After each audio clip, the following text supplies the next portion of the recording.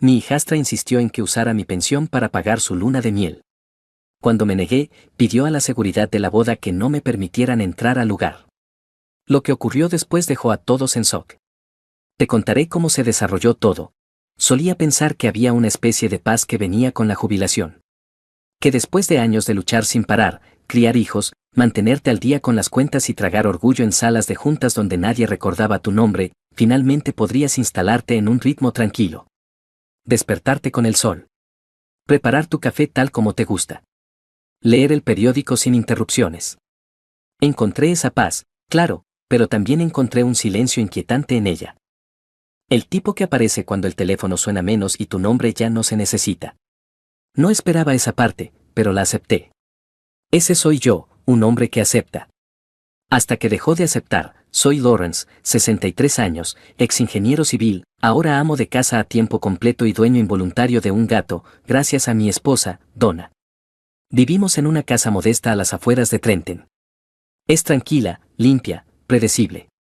Tengo 2 hijos biológicos de mi primer matrimonio, ambos adultos y viviendo en otros estados.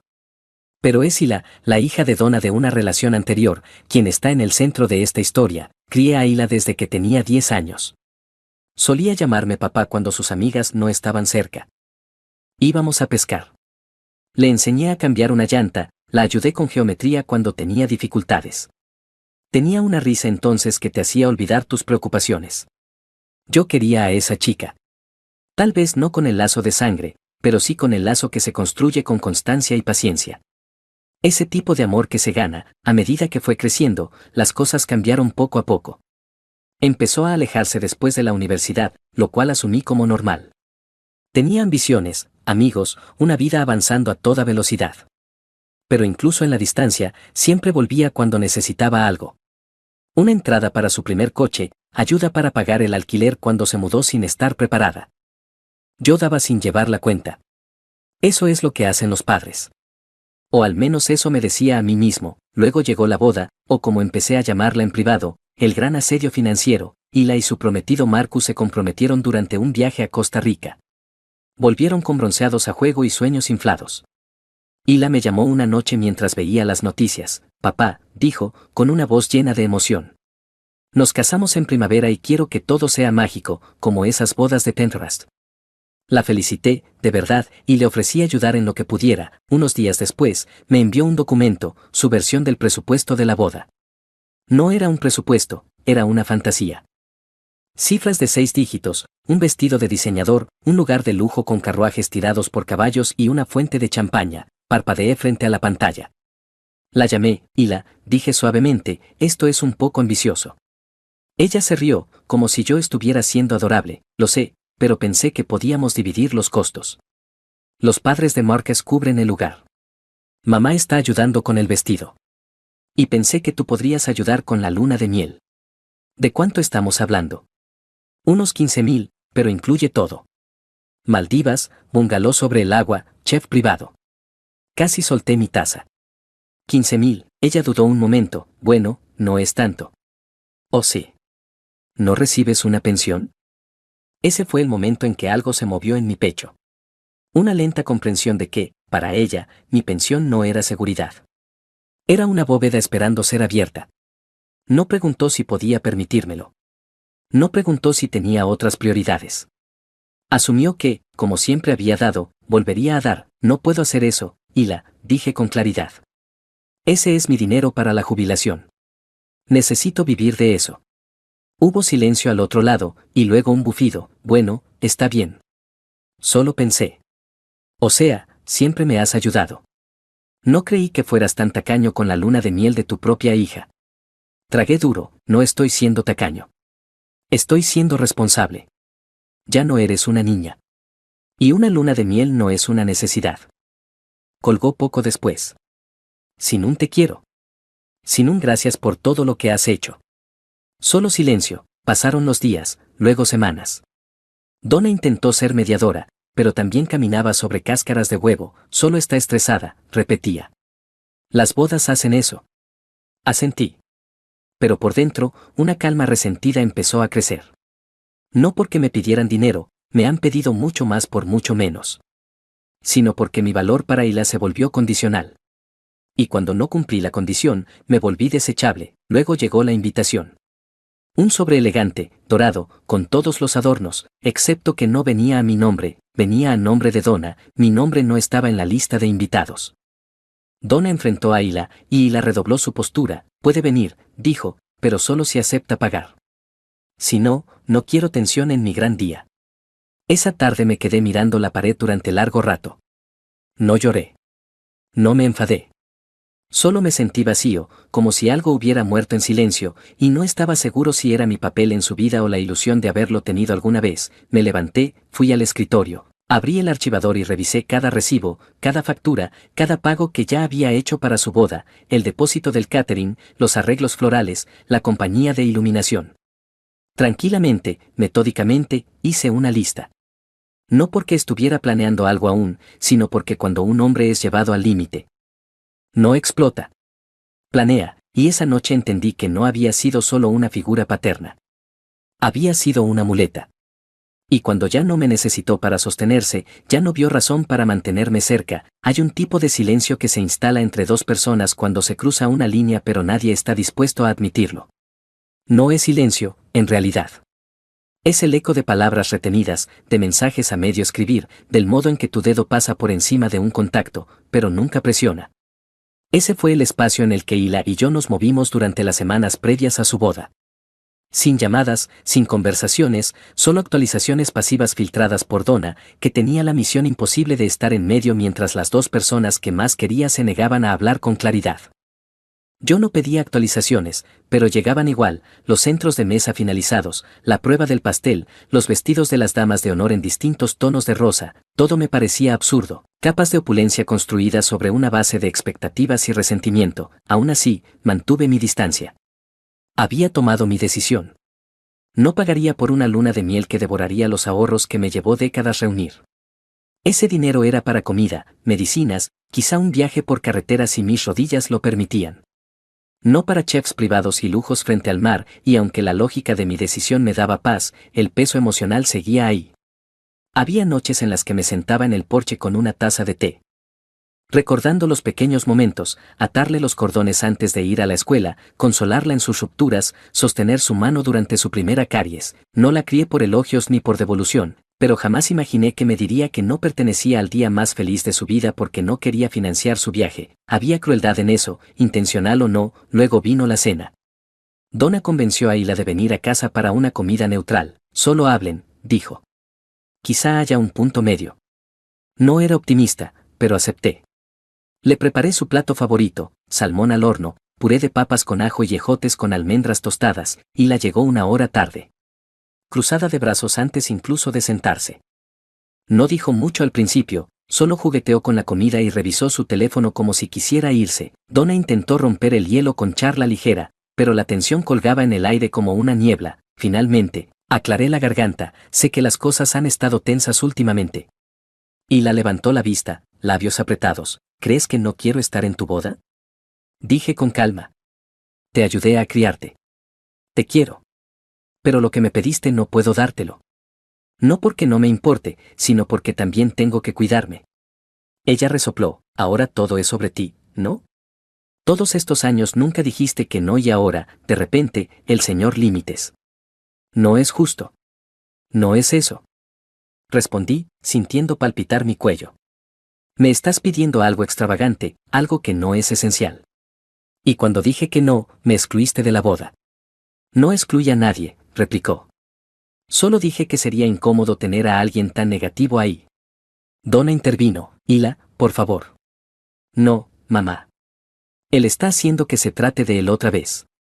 Hila se levantó, elevando la voz. ¿Sabes qué? Está bien. No necesito esta cena. No necesito otra lección. Si no vas a apoyarme, entonces no vengas. En serio, es mi día, no el tuyo. Tomó su bolso y se fue antes de que pudiéramos detenerla. Cuando la puerta se cerró de golpe, Donna se dejó caer en la silla, pálida. Está perdiendo el control. Susurró. Está estresada, está entrando en pánico. Asentí, pero mi corazón parecía atrapado en un torno. No está perdiendo el control, Donna. Me está mostrando exactamente quién es cuando las cosas no salen como quiere. Los días siguientes fueron una mezcla de conversaciones tensas y silencios pesados. Todavía recibía facturas de proveedores que ya había pagado, confirmaciones finales, detalles de programación, parte de mí quería cancelar todo justo en ese momento. Pero otra parte, una más silenciosa y paciente, me dijo que esperara. Que lo dejara desarrollarse. Aún no me habían invitado. Eso seguía colgando como una zanahoria en un palo, condicionado a si cedía o no. Y entonces llegó. No una llamada, no un golpe en la puerta, sino un correo reenviado por Donna. Asunto, instrucciones finales de la lista de invitados. En texto en negrita, ahí estaba: por favor instruyan a seguridad que no permita la entrada al recinto de las siguientes personas bajo ninguna circunstancia, a menos que sean autorizadas por la novia o el novio. Mi nombre estaba en tercer lugar, justo después del primo de Marcus con problemas de apuestas y una exnovia de secundaria que aparentemente no podía dejarlo ir. Me quedé mirando esa línea durante mucho tiempo. No era solo una falta de respeto. Era una navaja. Una decisión calculada de ubicarme por debajo de molestias y riesgos. ¿Por qué? Por decir que no, Donna estaba mortificada. Lloró esa noche, acurrucada en nuestra cama, susurrando disculpas. No me conocía. La abracé, pero mi mente ya estaba a miles de kilómetros, en algún lugar entre el duelo y la claridad, un sitio en el que nunca antes había estado. A la mañana siguiente, me levanté temprano, me vestí con mis pantalones de siempre y mi suéter, caminé hacia mi estudio y esta vez no me limité a revisar la lista de pagos que había hecho. Levanté el teléfono y comencé a marcar, uno por uno, llamé a los proveedores, el servicio de catering, la florista, el DJ, el técnico de iluminación. Tranquilo, educado, metódico, ha habido un cambio, les dije a cada uno. Por favor, cancelen nuestro acuerdo. Entiendo si el depósito no es reembolsable, la mayoría fue comprensiva. Algunos se sorprendieron, pero ninguno discutió. Para finales de la tarde, cada arreglo que había pagado había quedado deshecho. No era venganza. No en el sentido tradicional. Era reclamación, una decisión silenciosa de dejar de patrocinar la ilusión de que yo no era más que un banco con cardigan. Me preparé una taza de té, me senté en el porche y contemplé el sol hundirse detrás de los árboles. Un poco menos cargado que el día anterior, la mañana de la boda llegó con una quietud extraña, del tipo que solo notas cuando algo grande está por suceder y tú no formas parte de ello. Me desperté a las 6 como siempre, no porque tuviera un lugar a donde ir, sino porque mi cuerpo estaba acostumbrado a la rutina, aunque la vida ya no lo estuviera. Donna ya estaba despierta, descalza en la cocina, aún en su bata. El teléfono pegado a la oreja. No había dormido mucho, lo cual no me sorprendía. Su hija se casaba, y su marido había sido desinvitado. Ese tipo de conflicto no deja descansar a una mujer. No pregunté si la había llamado. No hacía falta. Si lo hubiera hecho, Donna estaría diferente, aliviada, animada, esperanzada. Pero en cambio parecía alguien atrapado entre dos paredes que se derrumban, sin saber en qué dirección saltar. Susurró algo al teléfono. Luego me miró por encima del hombro como si quisiera decir algo, pero no tuviera fuerzas. Solo serví mi café y me senté a la mesa. No tenía sentido forzar una conversación que solo nos lastimaría a ambos. Había dejado preparado mi traje la noche anterior, un azul marino oscuro ajustado años atrás, cuando todavía me importaba la apariencia pública. Ya no era por Hila. En realidad no. Era por mí, una forma de salir de esta situación con mi dignidad intacta. Me duché, me afeité, me vestí despacio. Incluso envolví el pequeño regalo que había planeado darle, un relicario de plata con una foto de los tres en un viaje a la playa cuando ella tenía 14 años. Me tomó 3 horas encontrar la foto y otra más para ajustarla al tamaño adecuado. La envolví con cuidado, até una cinta suave alrededor de la caja. No porque pensara que lo abriría, sino porque el cierre, a veces, necesita ceremonia. A las 10 de la mañana, estaba conduciendo hacia el lugar del evento. Conocía bien el camino. Lo habíamos visitado una vez cuando Hila nos arrastró a Donna y a mí para ver el espacio. Era lujoso, columnas de piedra blanca, arcos cubiertos de hiedra, un salón lo suficientemente grande para acomodar cómodamente a 300 personas. Exagerado para alguien que solía decir que quería una boda en la playa, con 10 personas y los pies descalzos. Pero así era Hila. Sus deseos se habían vuelto más fuertes que sus recuerdos. Aparqué en la entrada. Entregué las llaves al valet y caminé hacia la entrada principal con una confianza tranquila. No estaba allí para causar un escándalo. Ni siquiera sabía con certeza por qué estaba allí. Quizás parte de mí esperaba un milagro, que ella saliera corriendo, me abrazara y dijera, olvida el dinero. Solo quiero que estés aquí, pero los milagros pertenecen al cine, no a la vida de ingenieros jubilados que aprendieron demasiado tarde que el amor puede venir con asteriscos. Los dos guardias de seguridad flanqueaban la puerta, rígidos y sin expresión. Cuando me acerqué, uno dio un paso adelante. Señor, dijo, ¿puedo ver su nombre en la lista? Ofrecí una sonrisa pequeña y cortés. Lawrence Turner, padre de la novia, revisó la tableta en su mano, desplazó con el dedo, luego negó con la cabeza. Lo siento, señor. No está autorizado para entrar. Parpadeé, no sorprendido, sabía que esto venía, sino por el dolor silencioso de la confirmación. ¿Está seguro? Debe ser un error, titubeó, claramente incómodo, solo sigo instrucciones. Me dijeron explícitamente que no lo dejáramos entrar a menos que recibiéramos autorización de última hora. Miré más allá de ellos, hacia las puertas, donde las risas y la música ya empezaban a surgir desde dentro. Imaginé a Hila allí, con el cabello perfectamente rizado, el maquillaje impecable, rodeada de sus damas de honor. Me pregunté si había pensado en mí esa mañana. Si la imagen de mí afuera, como ahora, había cruzado por su mente o si estaba demasiado ocupada publicando fotos filtradas y captions perfectas para recordar al hombre que le enseñó a estacionar en paralelo. Asentí despacio, retrocedí y metí la mano en el bolsillo del abrigo. Le entregué al guardia la pequeña caja envuelta. Entréguesela, dije en voz baja. Si pregunta quién lo mandó, dígale que ella ya lo sabe. Luego me di la vuelta y me fui. No rápido, no dramáticamente. Simplemente como un hombre que hizo todo lo que pudo y se rehúsa a suplicar un lugar que nunca debería haber tenido que ganarse. El camino de regreso a casa fue silencioso. No encendí la radio. No llamé a Donna. Solo miré los árboles pasar borrosos. La mandíbula tensa, las manos firmes en el volante. Pensé en los años, las rodillas raspadas, las ferias de ciencias, las conversaciones nocturnas sobre la universidad y los sueños. Pensé en todas las veces que estuve allí. Y luego pensé en cómo, al final, nada de eso fue suficiente para comprarme la entrada a una boda que yo había ayudado a pagar. Al llegar a casa, me cambié a mi ropa habitual, jeans gastados y camisa de franela. Me preparé un sándwich, alimenté al gato y me quedé mirando por la ventana un rato. El sol había cambiado, lanzando sombras largas por el patio. Fue entonces cuando me golpeó. Todo el peso de lo ocurrido. No solo la exclusión, sino la claridad que trajo. No era bienvenido. No como era. No a menos que obedeciera. Entré nuevamente a mi estudio, abrí el cajón de archivos y revisé mis notas de los proveedores. Llamé primero a la florista. Sé que la boda es hoy, dije, pero necesito confirmar que estamos totalmente cancelados. La mujer al otro lado hizo una pausa. Sí, señor. Nunca hicimos la entrega. Recibimos el aviso de cancelación hace unos días. Esperaba que alguien lo revirtiera. No, respondí, solo quería asegurarme. Hice lo mismo con el catering, con el equipo de iluminación, con el DJ. Con el decorador. Cada uno confirmó lo que ya sabía, no habían aparecido. Habían respetado las cancelaciones. Nadie llamó para revertirlas. Nadie pagó para reactivar nada. La recepción sería un salón frío y vacío, con nada más que paredes blancas e invitados confundidos. Por un momento sentí un pinchazo de culpa. Pero luego recordé el correo, el personal de seguridad, la manera en que me habían despojado no solo de una invitación, sino de dignidad. Y con eso, la culpa se derritió en otra cosa. Algo más firme. No venganza, no. Determinación. Me serví una copa de vino, me senté en mi sillón reclinable y puse un viejo disco de jazz. Afuera, el cielo se volvió naranja suave.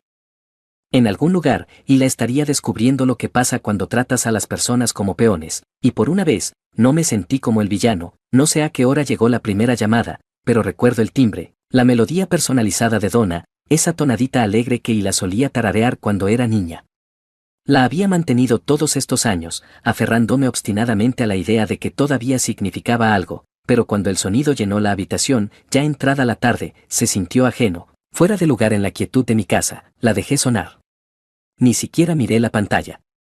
Solo me quedé sentado en mi sillón, observando cómo la luz filtrada entre las cortinas caía en largas franjas sobre la alfombra. Volvió a sonar 10 minutos después. Luego otra vez, y otra. Silencié el teléfono. No quedaba nada por decir. No aún. No mientras las consecuencias seguían desmoronándose en su lado, no fue hasta que Donna llegó a casa, el rostro sonrojado, los pasos pesados, que supe exactamente lo que había ocurrido. No dijo nada al principio. Solo entró, dejó su bolso sobre la encimera de la cocina y me miró con una mezcla de incredulidad y algo más. Algo parecido a admiración. Parecía alguien que había visto un accidente de tren en cámara lenta y no sabía si debía gritar o aplaudir. No sé ni por dónde empezar, dijo, con la voz rota. Empieza por la recepción, respondí simplemente. Imagino que ahí fue donde todo se vino abajo. Ella exhaló, se apoyó en la encimera y cerró los ojos. Lawrence, fue un caos. Llegamos pensando que todo estaba arreglado. Y la venía en el coche detrás de mí, ya ansiosa porque el fotógrafo llegaba tarde. Pero en cuanto entramos al salón, nada. Ni flores, ni música, ni comida. Solo una sala vacía con invitados confundidos, de pie con sus zapatos elegantes y tacones, buscando a alguien que les explicara por qué la recepción parecía un trastero. No hablé. Solo asentí. Le preguntó a la organizadora qué estaba pasando, continuó Donna. Y la mujer parecía a punto de llorar. Dijo que todos los proveedores se habían retirado. Que los contratos habían sido cancelados. Y la perdió el control. Empezó a gritar, a preguntar quién era el responsable, por qué nadie le había avisado. La gente estaba grabando, Lawrence. Probablemente ya haya videos en internet. No pagó a los proveedores después de que yo me retirara, dije, arqueando una ceja. Ni siquiera sabía que te habías retirado, susurró Donna. Pensó que estabas faroleando. Esa parte dolió más de lo que esperaba. No porque quisiera que me temiera, sino porque me había subestimado por completo. Había sido confiable durante tanto tiempo, siempre la red de seguridad, siempre el que la rescataba. Ni siquiera consideró que un día podría dejar de atraparla cuando cayera. ¿Llegó a abrir el regalo? Pregunté después de un largo silencio. Donna asintió despacio, ahí mismo, en medio del salón. Pensó que tal vez era una broma o algo para distraerla del desastre. Lo abrió, vio el relicario y simplemente se derrumbó. Cayó de rodillas. Marcus ni siquiera sabía qué hacer. Solo repetía que qué estaba pasando, como si se hubiera casado con una desconocida. Pude imaginar la escena claramente, el eco de sus sollozos en la sala vacía, la confusión, las cámaras. Y en medio de esa tormenta, la realización golpeándola como un puñetazo en el pecho. Papá no viene y tampoco está pagando nada más. Ha estado llamando, dije. Señalando el teléfono en silencio sobre la mesa. Me lo imaginé. Donna se acercó y lo tomó, desplazándose por las llamadas perdidas, 10 veces desde que salí del lugar. Está desesperada, Lawrence. No pensó que llegaría a esto, ella misma lo llevó a esto, respondí con firmeza. Ella trazó la línea. Yo solo decidí no cruzarla. Donna no respondió por un buen rato. Se sentó frente a mí, juntó las manos en su regazo y miró al suelo. Podía notar que estaba dividida entre el instinto maternal y el dolor punzante de la traición, entre querer proteger a su hija y respetar al hombre que había sido la única constante estable en sus vidas, ¿sabes? Dijo en voz baja. Creo que en algún punto ella olvidó quién la crió. No lo olvidó, contesté. Simplemente pensó que no importaba. Más tarde esa noche, después de que Donna subiera a dormir, el teléfono volvió a sonar. Esta vez respondí. No porque me hubiera ablandado, sino porque sabía que ella necesitaba escuchar el filo silencioso de mi voz, el que decía, te pasaste. Papá. Susurró. Su voz estaba gruesa, como si hubiera llorado horas. No respondí de inmediato. Yo no sabía que de verdad cancelarías todo, balbuceó. Pensé. Estaba molesta. No quise realmente. ¿Realmente qué? Pregunté. ¿Realmente banearme de tu boda o tratarme como una tarjeta de crédito con pulso? Hubo un silencio al otro lado que se estiró hasta volverse incómodo. Estaba equivocada, dijo al fin, con la voz quebrada. Tan equivocada. Estaba estresada y fui estúpida y te di por sentado. Lo siento. De verdad. Solo. Te necesito. Necesito que me perdones, no te odio, dije con un tono medido. Pero ya no voy a fingir que amar significa dejarse usar. Yo me presenté. Tú me rechazaste y me fui. Esa fue mi última ofrenda. Todo lo que pasó después fue tuyo. Ella empezó a llorar entonces. No el llanto dramático, sino los sollozos suaves de quien finalmente se quedó sin personas a quienes culpar. Por favor, suplicó. Por favor, no me apartes. Haré lo que sea. Solo no me dejes. Cerré los ojos y dejé que el silencio se alargara un momento antes de responder. No te estoy apartando, pero sí me estoy retirando. Querías control sobre tu día. Lo tuviste. Ahora vive con ello. Aprende de ello. ¿O no? Es tu decisión. Terminé la llamada sin esperar respuesta. Mi mano tembló un poco al dejar el teléfono. No por enojo ni tristeza, sino por esa especie de fuerza que llega cuando finalmente eliges protegerte a ti mismo. La mañana después de la boda se sintió engañosamente normal. El sol salió, los pájaros cantaron y el café se preparó con ese goteo lento y constante al que ya me había acostumbrado. Pero dentro de la casa, el aire estaba denso. Como si las paredes contuvieran la respiración esperando a que la siguiente grieta se abriera. Donna aún no había bajado. Supuse que necesitaba espacio. Tal vez tiempo para contener su decepción sin descargarla sobre ninguno de nosotros. Era una buena mujer, leal y equilibrada. Pero sabía que estaba siendo tironeada en dos direcciones, madre y esposa, sangre y vínculo.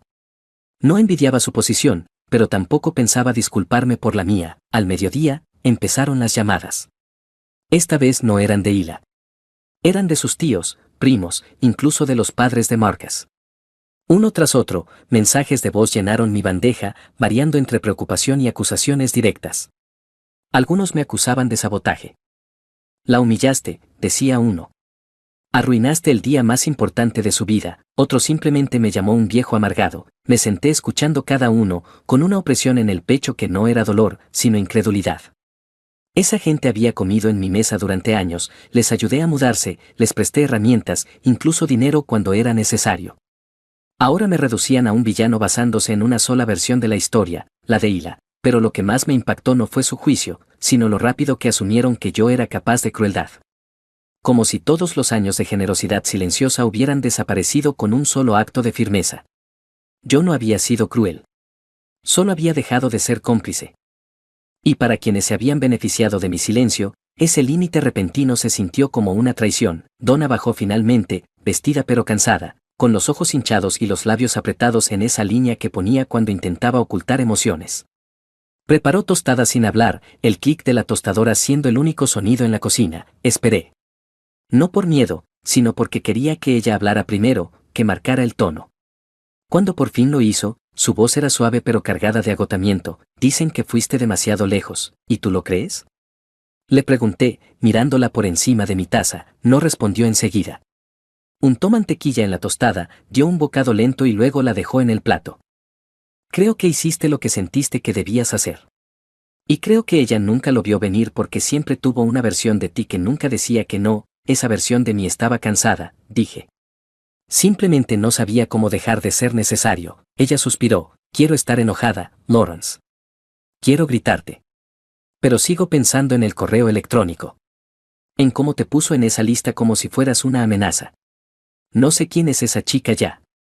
No sé qué clase de persona trata a su padre como una transacción. Lo aprendió en algún lado, dije en voz baja. Probablemente de verme nunca pedir nada a cambio. Los ojos de Donna se llenaron de lágrimas. No de rabia, sino de esa tristeza profunda que llega cuando te das cuenta de que algo está roto y quizá nunca vuelva a arreglarse. Se sentó a mi lado y puso su mano sobre la mía. No quiero perder a ninguno de los dos, susurró. No te estoy pidiendo que elijas, respondí. Solo te pido que entiendas. El resto de la semana pasó lento. Hila no llamó de nuevo, pero envió un mensaje largo, mitad disculpa, mitad súplica, lleno de frases como, no era yo misma. Significas el mundo para mí, y necesito que me perdones para que podamos avanzar. Parecía más control de daños que remordimiento real. No había responsabilidad, ni reconocimiento de la herida profunda, la creencia de que yo solo valía lo que valiera mi cartera. No respondí. En su lugar, salí a caminar por el vecindario, manos en los bolsillos, cabeza baja. El aire olía a verano y césped recién cortado. Pasé frente a las mismas casas de siempre, saludé a vecinos que me devolvieron el gesto sin saber la tormenta que tenía encima. En algún punto del camino, me detuve en el pequeño parque donde Hila solía jugar de niña. Los columpios seguían allí, oxidados, pero firmes.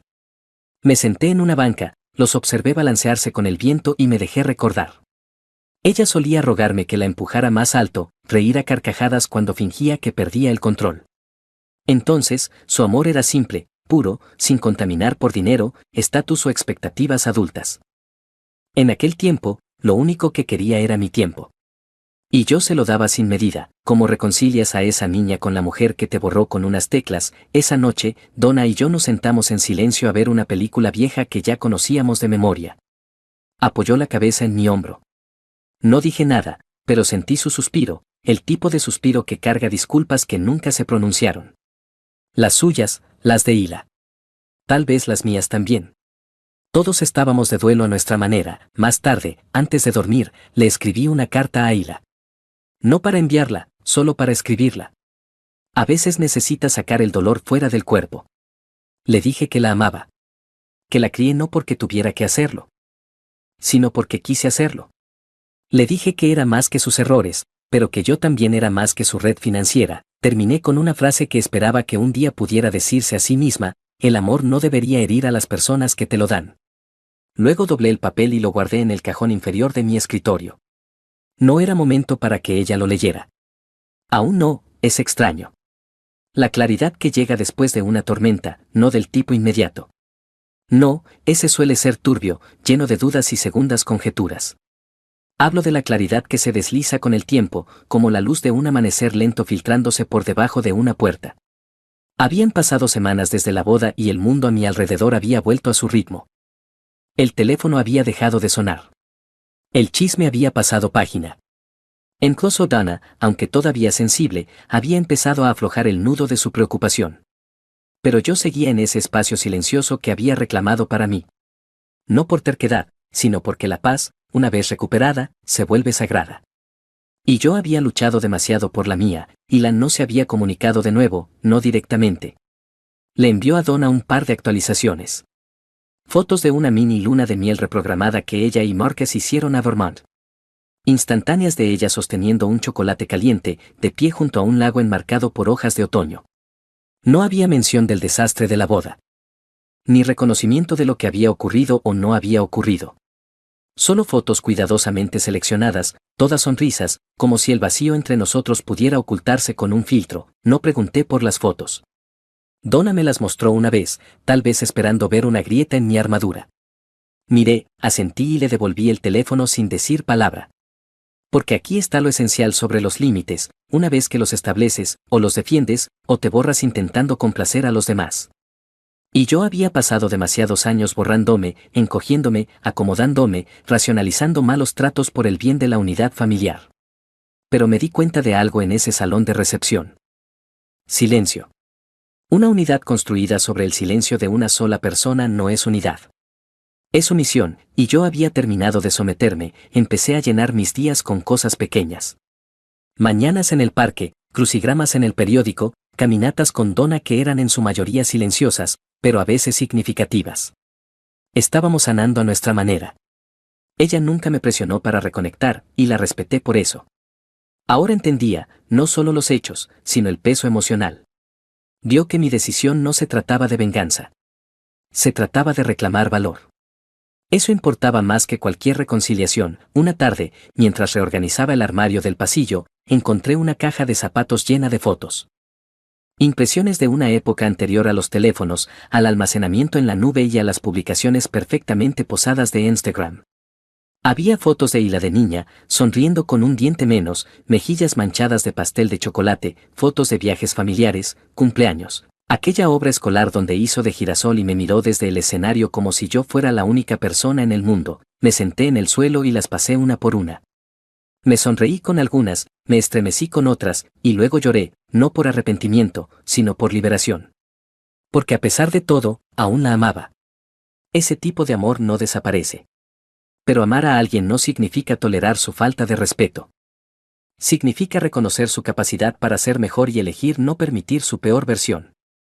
Significa decir: te amo lo suficiente como para no dejarte tratarme así nunca más. Unos días después, llegó una carta por correo. No un mensaje de texto, no un correo electrónico, una carta real, escrita a mano, con la caligrafía curva de Hila y dirigida a papá. La miré durante un largo rato antes de abrirla.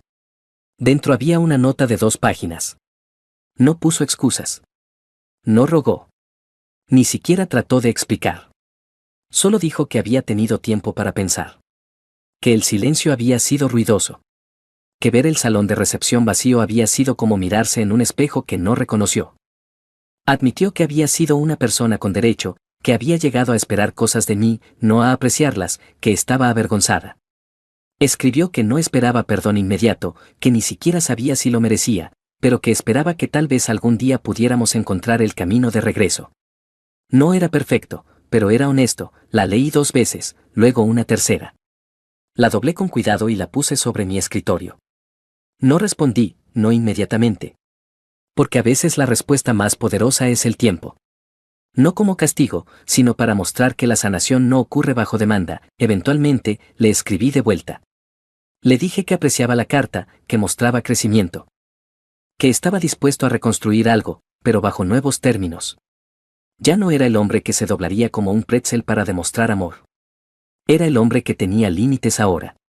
Y si quería que formara parte de su vida, tendría que respetarlos. Firmé como papá, pero lo subrayé.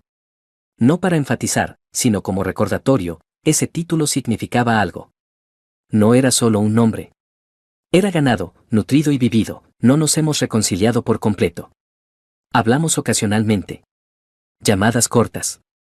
Torpes a veces, pero cordiales. Ella pregunta por mi salud. Yo pregunto por su trabajo. Estamos empezando de nuevo. No fingiendo que nada pasó, sino reconociendo que sí pasó y tratando de construir algo mejor entre los escombros. Donna observa todo esto con un optimismo cauteloso. Es cuidadosa de no interferir, pero puedo ver la esperanza en sus ojos cuando nos escucha hablar, cuando ve el nombre de Hila encenderse en mi teléfono.